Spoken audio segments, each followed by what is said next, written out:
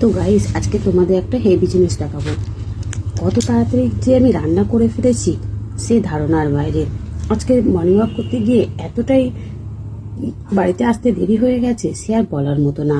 তাড়াতাড়ি করে বাজার করে আর দেখলাম মাছটা এত সুন্দর, তো বড় দেখে একটা রুই মাছ নিয়ে এসে সঙ্গে সঙ্গে রান্নাটা সেরে ফেললাম, কারণ সকাল সকাল আমার ছেলে কাজে যায়। তো যাই হোক, এই দেখো বন্ধুরা, রুই মাছটা একটু বড় ছিল, আর পিসগুলো দেখেছো কেমন। তো অবশ্যই করে তোমাদের কাছে শেয়ার করবো। আশা করি রান্নাটা তোমাদের ভালো লেগে থাকবে। ভালো লেগে থাকলে রান্নাটা লাইক কমেন্ট শেয়ার করে দিও। এই দেখো বন্ধুরা, এই রান্নাটা করেছি ফুলকপি, ওলকপি আর আলু দিয়ে রুই মাছের ঝোল। তো তোমরা যদি করতে চাও একদমই সিম্পল, বেশি মশলা দেইনি, আদা বাটা আর জিরে আর ফোড়ন দেওয়ার জন্য স্রেফ জিরে, গোটা জিরে ফোড়ন আর শুকনো লঙ্কা, আর কিচ্ছু লাগবে না।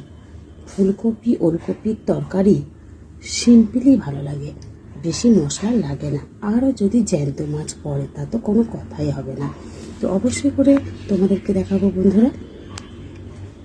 তো রান্নাটা কেমন হয়েছে অবশ্যই করে জানাবে। ওকে বন্ধুরা, পরে ভিডিও নিয়ে আবার আসবো। সবাই খুব ভালো থেকো, সুস্থ থেকো, এটাই কামনা করি। আর সবসময় মাথায় রেখে দেবে, একে অপরের পাশে থাকতে ভুলো না বন্ধুরা। টাটা।